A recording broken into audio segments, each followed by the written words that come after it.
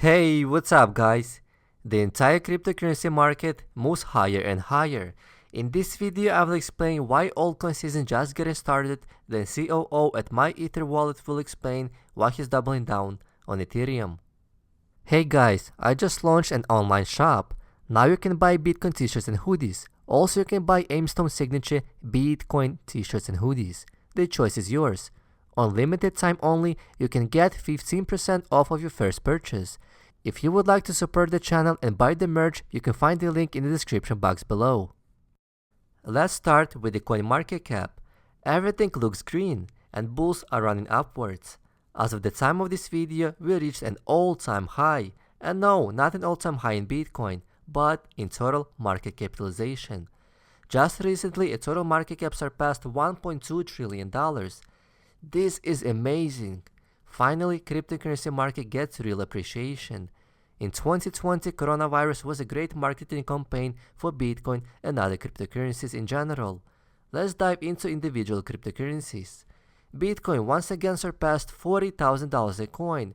It's been almost a month since the last time Bitcoin was above $40,000. BTC market cap is slightly under $750 billion, and it's up by 20% for the past 7 days. Ethereum is right behind it. Yesterday it actually surpassed $1,700 a coin. Today it's fluctuating slightly below that price level. It's up by 25% for the past 7 days, with the market cap slightly below $200 billion. Cardano is doing pretty well as well. It's up by 57% for the past 7 days, with a market cap of almost $17 billion. Also, Binance made its way up into the top 8 cryptocurrencies.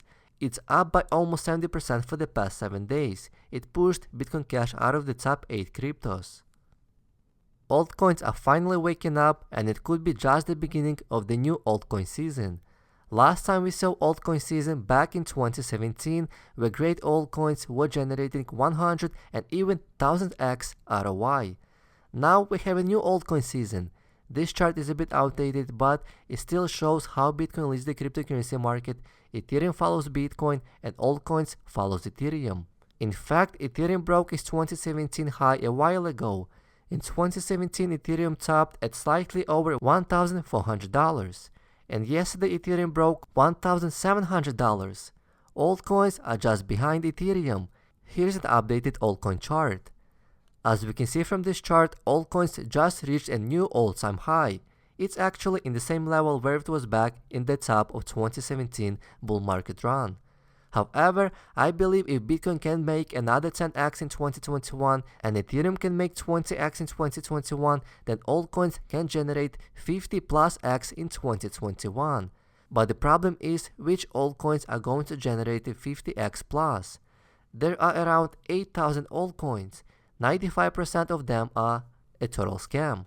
4.9% are good altcoins, and another single-digit percentage of altcoins are great altcoins, the one that can generate a real alpha in the cryptocurrency space. If you have a superior analytics and great research ability, then maybe you can find them. According to Rect Capital, altcoin season just getting started, and it seems like we are at the bottom of this market cycle. I'm just not too sure if I agree with these quarterly market cycles. Altcoins are correlated to Bitcoin. If Bitcoin does well, some great altcoins will do even better. If Bitcoin performs poorly, everything performs poorly. Personally, my current portfolio is around 69% Bitcoin, 30% Ethereum, and 1% of top 20 altcoins.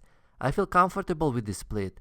There is more potential in altcoins, but there is also much higher risk. In the end of the day, Bitcoin and Ethereum have the best risk-adjusted return profile, so I will stick with those. I'm not telling you what to do. You can do whatever you want. This is just what I'm doing. If you want to have 10% of your portfolio or even higher into altcoins, then more power to you. We also see high demand in Ethereum from institutional players. Just recently, Grayscale created another fund specifically for investors who are interested in Ethereum. Since its open in November, Grayscale accumulated more than 3 million ETH. 3 million ETH at the current price, that would be more than $5 billion.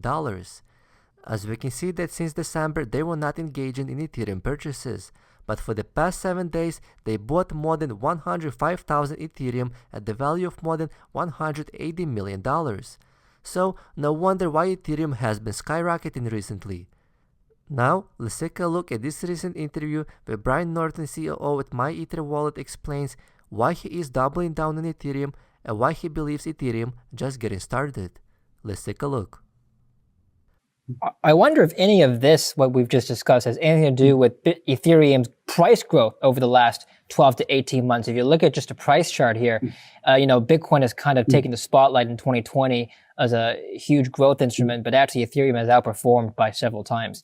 So why do you think this outperformance happened in the first place, Brian? Well, I think that one of the things that we can kind of look at where Bitcoin and Ethereum sit in the overall digital asset ecosystem is Bitcoin is primarily viewed as a store of value. Now, Ethereum, the asset, has a lot of store of value qualities to it, but it also serves to run the applications across the Ethereum network. So what we're kind of seeing is, and there was an article in CoinDesk just today about the interest of institutionals in Ethereum because they see this exponential growth in DeFi. And while perhaps wanting to hedge against the direct risks of those particular protocols, they acknowledge the incredible value that's added by these protocols. And so holding Ethereum itself, the native asset to power these transactions on the Ethereum network, serves as sort of a hedge against that risk, while benefiting from the greater demand for the Ethereum token because of the increased interest in DeFi. Okay. Now, there was an article about an interview that you did recently in which you said that you're doubling down on Ethereum this year. Can you elaborate on what that means and why? I think that we're just seeing the beginning of Ethereum's growth. With the launch of the Beacon chain in December, which is the first move towards Ethereum's move to a proof of stake network, we've seen incredible interest in people putting down Ethereum 32 ETH in order to stake on the Ethereum Beacon chain. That shows an incredible amount of investor confidence in the long-term viability of the Ethereum blockchain. And because of the fact that overwhelmingly the developer community is behind Ethereum, the DeFi activity is on Ethereum, that we're only just beginning to see the start of long-term growth for this ecosystem.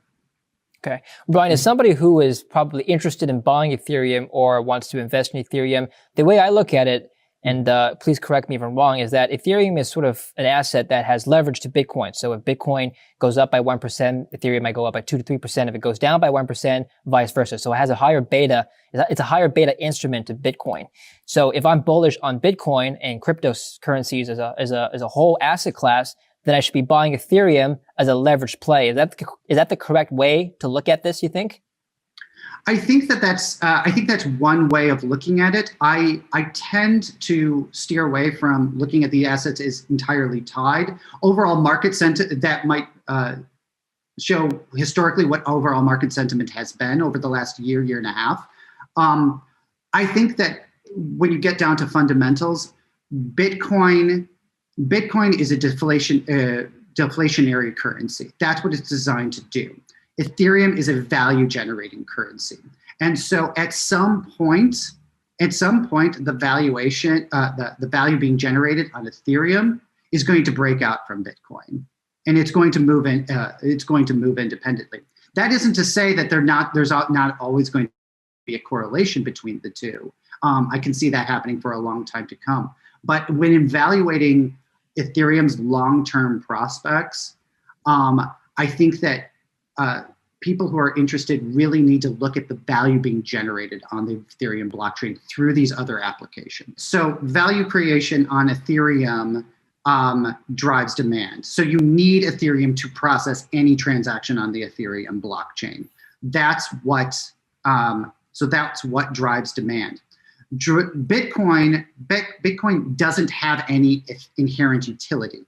So it requires that supply cap in order to retain its value. Without that, there's nothing inherent to Bitcoin that drives its demand. What drives demand on Ethereum is actual usage of the network for the building and executing transactions on these other applications. Okay. As Brian Norton said, Bitcoin and Ethereum have different use cases. Bitcoin's main use case is store of value, while Ethereum's main use case is create valuable decentralized application. And institutional investors see this. First, they go into Bitcoin, then they go into Ethereum, and now the question is, will they go into altcoins? Also, Brian Norton is doubling down on Ethereum because he believes Ethereum and the launch of the Beacon chain is just the beginning. I believe so too. This is why I have 30% of my portfolio in Ethereum. Let me know what you guys think about the altcoin season and Ethereum. Leave your thoughts in the comment section below, smash that like button and subscribe for more videos.